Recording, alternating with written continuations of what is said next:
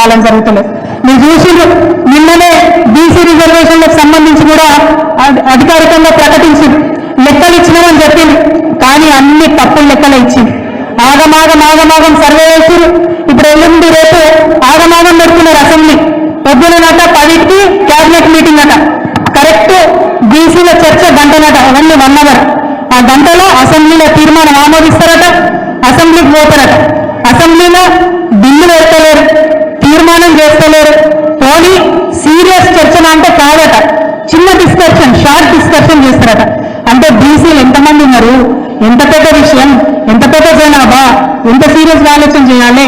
Bill పెట్టి కేంద్రం మీద ఒత్తిడి తేవాలి, బిల్లు పెట్టి కోర్టులలో ఒత్తిడి తీసుకొచ్చి మాట ఇచ్చారు కాబట్టి దాని వాగ్దానాన్ని పూర్తి చేయాలి. కానీ అది చేయకుండా ఆగమాగం చేసినామా అంటే చేసినాం.